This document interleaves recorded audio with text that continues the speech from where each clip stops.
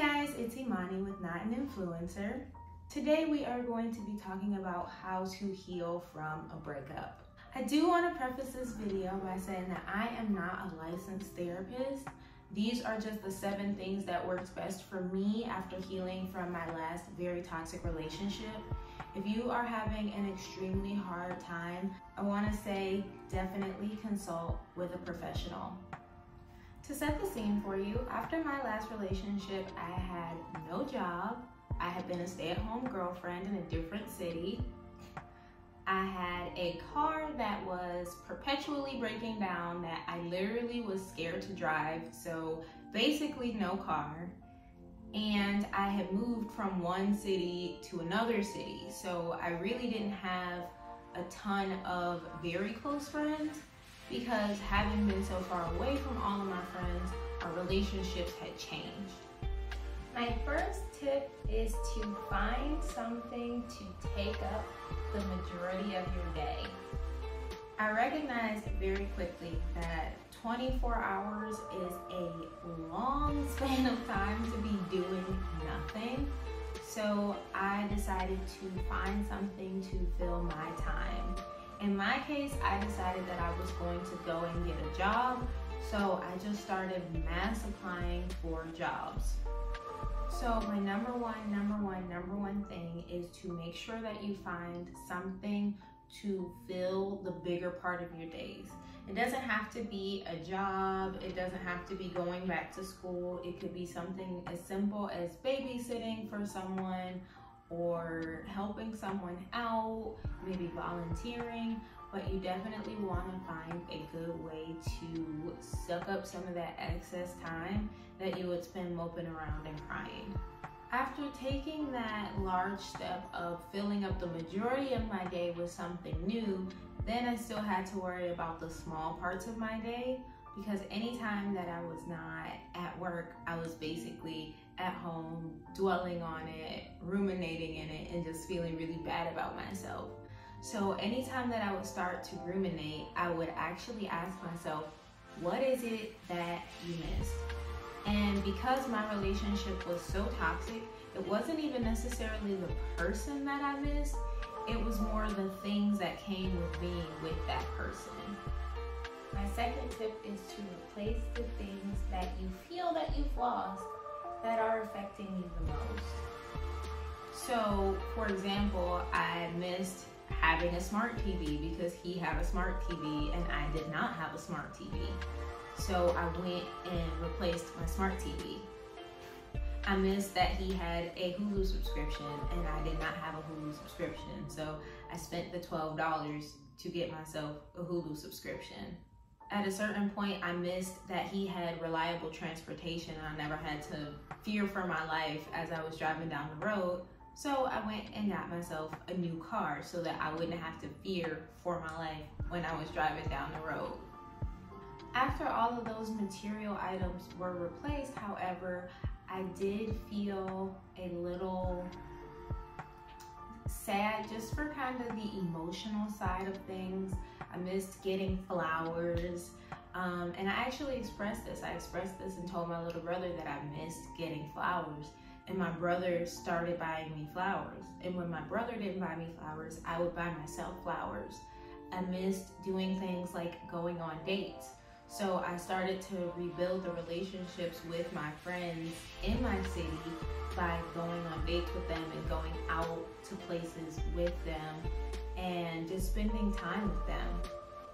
So I was able to replace the physical, practical things, but also the emotional side of things with different people to fill the void that I felt was there.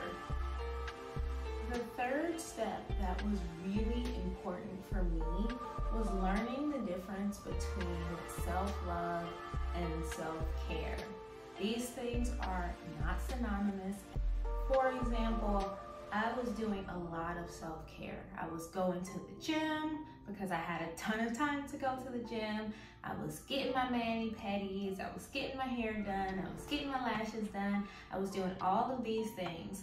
And if one thing fell apart For example, if I didn't get my nails done, or if I didn't get my hair done for some reason, my hairstylist got sick and canceled, I would feel awful.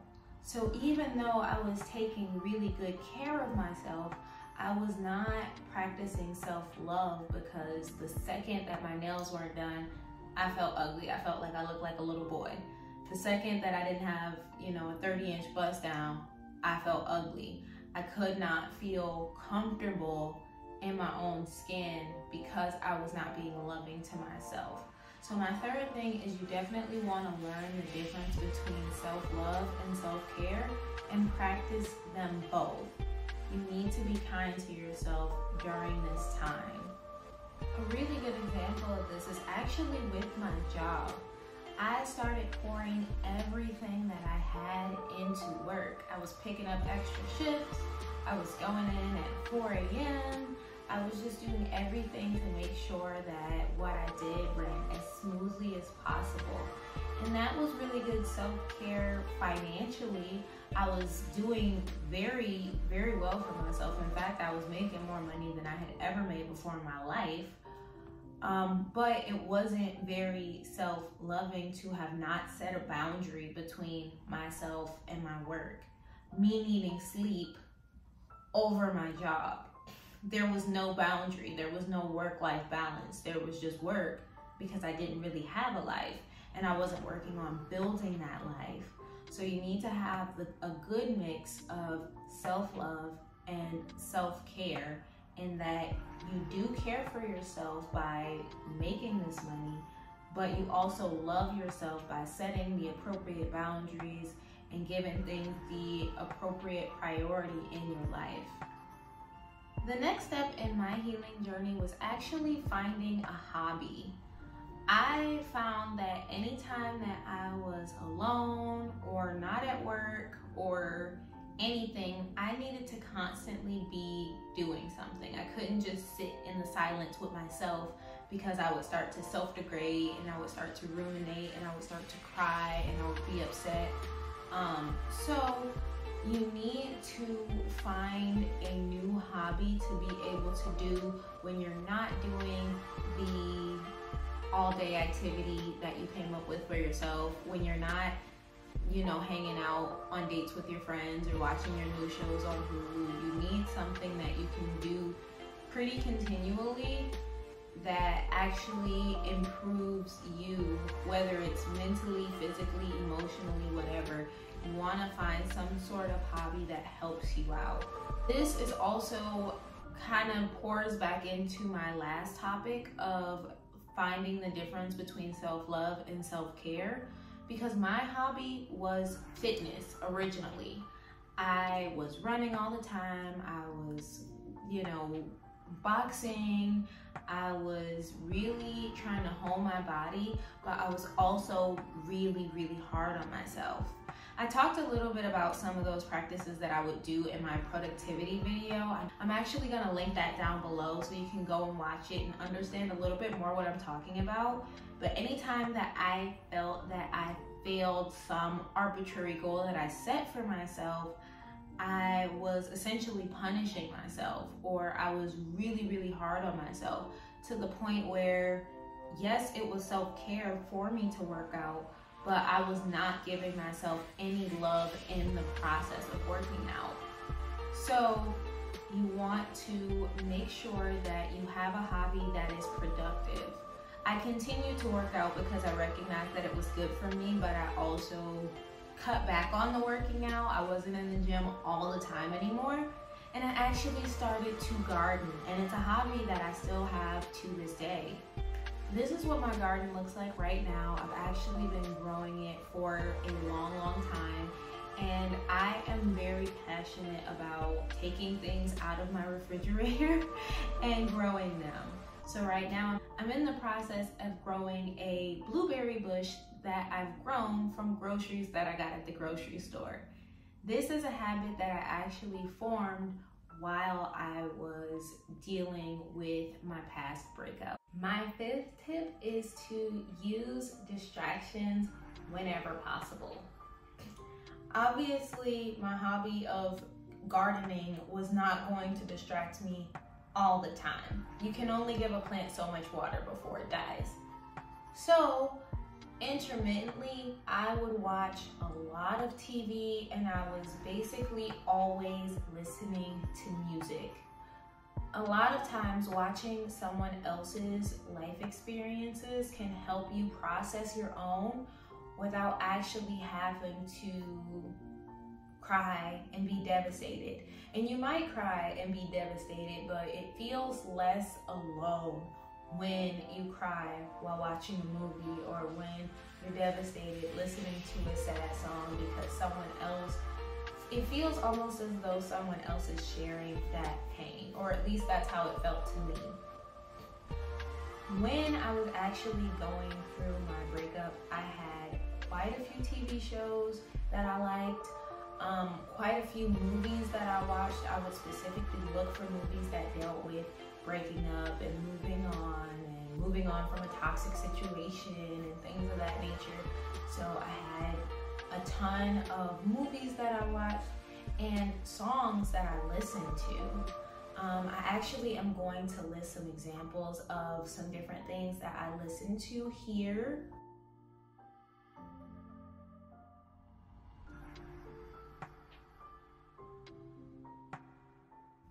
Here are some of the shows that I was watching during my breakup, and also shows that I wished were out during my breakup so that I could have watched them during the breakup.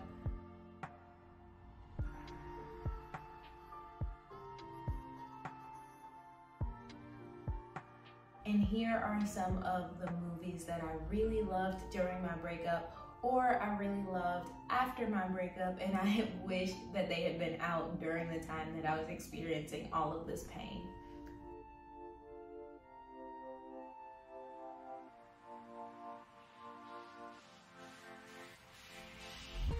Here is a list of some of the books that I read to help me to get over my relationship.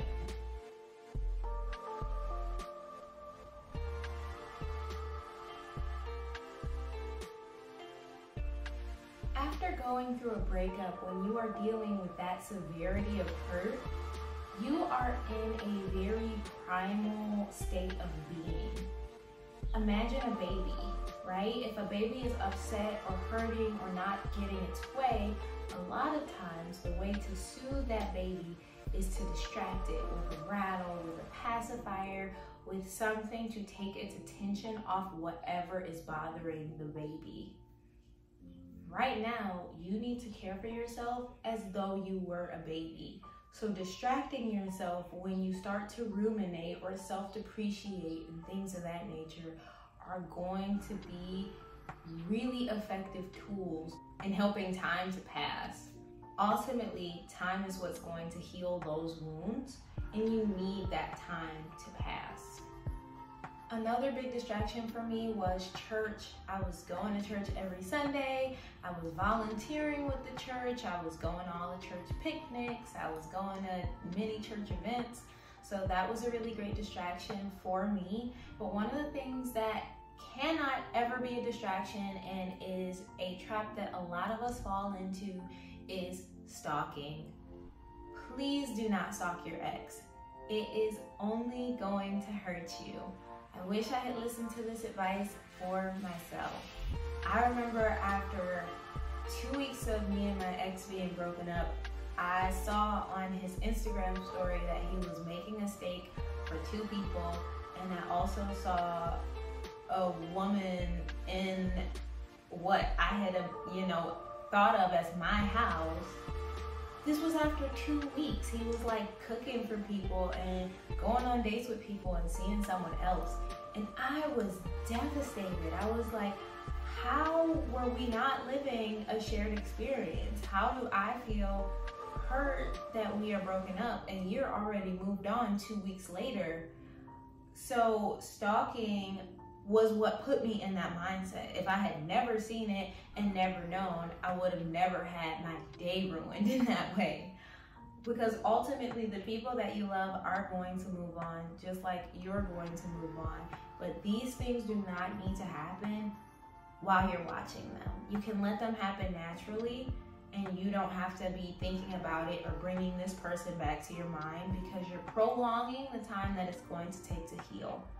So please block them.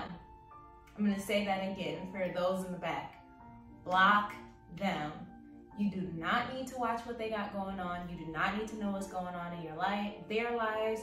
If you have friends that are telling you what's going on with them, ask your friends to stop, because that is not helping you heal. In fact, it is keeping you bound. The next thing that I did on my journey to healing is actually envision what I want and journal it out. And this isn't just like what I wanted in a soulmate. I wrote a list about things that I wanted in a soulmate, but I also wrote about what I wanted for myself. After my breakup, my skin broke out so bad. So one of the first things that I wrote on my list is that I wanted to have clear skin. And every single day I would make the choice, what am I going to do to get to these things on my list? So in my case, it was using a turmeric stick to deal with some of the discoloration. It was washing my face using Aveda only brands, because I felt like everything else. I'd heard that certain brands of skincare were like taking Dawn dish soap and rubbing it on your face. So at the time, I was very particular about only using Aveda brand skincare products. But I would only use Aveda brand skincare products on my face and on my skin. I was very intentional about getting a facial every couple of weeks to make sure that my skin stayed soft and moisturized. Every single day I would just make a choice. What am I going to do to reach one of these goals on my list? So you don't focus on the whole list every single day. You focus on parts of the list. So today I might be focused on skincare. Actually, skincare was an everyday thing for me because it was like my most pressing desire at the time. My hair. I would focus on moisturizing my hair, maybe like every couple of days. My wardrobe, I was focused on building. I think at the time, the idea of like a capsule wardrobe wasn't like widely available yet, but I knew that I wanted a capsule wardrobe at the time, so I would focus on finding pieces that would fit into a capsule wardrobe. Every single day I was just referencing this list and adding things to the list and picking something from the list and making my day about that. If I didn't have something for the day, if it was like my day off and I didn't have anything to do, I might go to the thrift store to try to deal with the clothing aspect of it. I might go to Sephora and look for some new makeup products. I really loved Too Faced at the time. I might go to the gym, or I might go to Lululemon and get myself a new workout set for the gym. I was just really focusing on becoming this person. And as I was learning more about myself, I was also learning more about what I wanted in another person. So I was like, maybe being 6 feet tall is not the key to having the love of your life. Because my ex was over 6 feet and he was toxic and abusive. So maybe 6 feet tall isn't the best, the best thing to look for in a partner. I was able to decide this is a trait I really like in a man, and this is a trait that seems important on the surface, but maybe deep down isn't as important as I thought it was. So curate your lists and journal a lot about what it is that you want, and that'll keep bringing your focus and your attention to those things that you want, so that you can focus on how you're going to get them. You can focus on planning for how you're going to get them and actually start attracting some of those things into your life. My 7th and final tip is to move in the right time.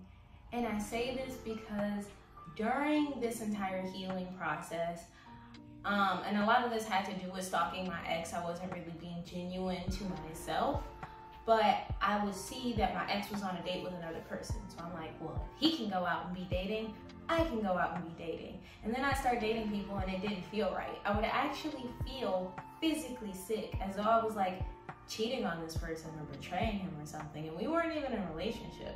And that goes to show that I was not ready to be dating. And furthermore, I got to a place where I finally did feel comfortable dating, but one small thing would make me cut the person off. Like, oh, yeah, no, I'm done.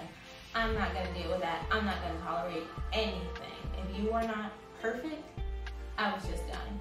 Which is another sign, even though I felt better about it, I didn't feel like I was going to grow up every time I went on a date, I still was not in a place to be accepting of another person and their flaws and the things that they have going on in their lives. I was ready to accept the concept of dating, but not necessarily the human that would be tied to the dating.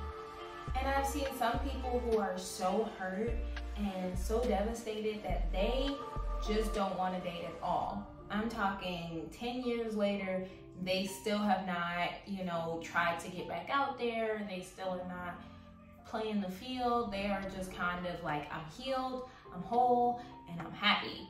And they want to stay in that place forever. And ultimately they realize, these people that I'm referring to, they want to have a relationship. These are not asexual people. They just don't want to put themselves out into the space or into the arena of finding that relationship.